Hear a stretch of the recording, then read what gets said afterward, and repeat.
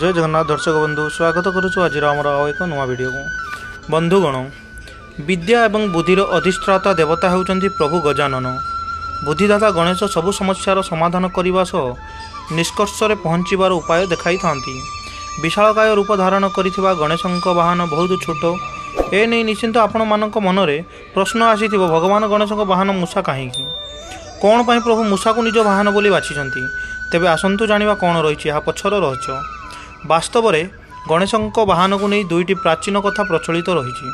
उल्लेख अनुजाई गजामुखासुर नामक दानव निज बाहुबल देवता मानू खूब हैरान करुला। एने समस्त देवतागण एकत्रित हो गणेशंक पाखरे पहुँची। यह देखि प्रभु गणेश गजामुखासुर कबलरू मुक्ति देवाई देवतागण को कथा देते। यापर गणेश एवं गजामुखासुर दानवों मध्य भयंकर युद्ध होता। युद्धरे गणेशंकर एक दांत भांगी जाइतिला।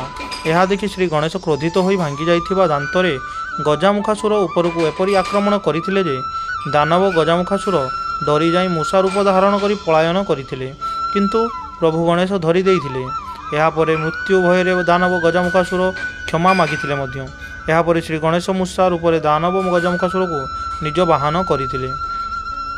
अन्य एक प्रचलित कथा अनुजाई राजा इंद्रंक दरबार में क्रौंच नामक जड़े गंधर्व थिले।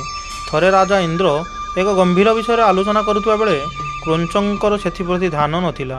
से अप्सरा मानक सह व्यस्त थिले। यह देखि इंद्र रागी जाई तांको मूषा हेबार अभिशाप देइथिले। यापर क्रौंच एक बलवान मूषा रूप धारण करी पराशर ऋषि आश्रम को आसीथिले। सेठारे से भयंकर उत्पात करने सह आश्रमर समस्त पात्र भांगी अन्न समाप्त कर देइथिले। यह देखि पराशर ऋषि अत्यंत दुखी होगा सह प्रभु गणेश निकट को जाइथिले। यह शुणी प्रभु गणेश मूषा को निज वाहन करने पराशर ऋषि को कथा देइथिले। परे गणेश मूषा को धरिबाई एक फास पकाइथिले। यही फासरे मूषाटी धरा पड़ा पर चेता हराई देइथिला। चेता फेरिबा परे मूषाटी प्रभु गणेश पूजा आरंभ करने सह जीवन रक्षा करने भिक्षा मागिथिला। मूषकर स्तुति रे प्रभु गजानन प्रसन्न हो बर मागिबाई कहिथिले, किंतु यह शुणी अहंकारी मूषक मते आपणक ठारू किछि बर मागिबार नाही बोली कहिथिला। आपण चाहिए मो ठारू बर मागी पारिबे। यह शुणी गणेश कहिथिले, जदि तुम वचन सत्य होइताए तेबे तुम्हें मोहर वाहन हो जाओ। यह शुणी मूषक तथास्तु कहिबा मात्र ही प्रभु गणेश मूषक उपरे विराजमान करथिले। एही भली भावे प्रभु गणेश मूषार गर्भ भांगी निजर वाहन करथिले। जय जगन्नाथ।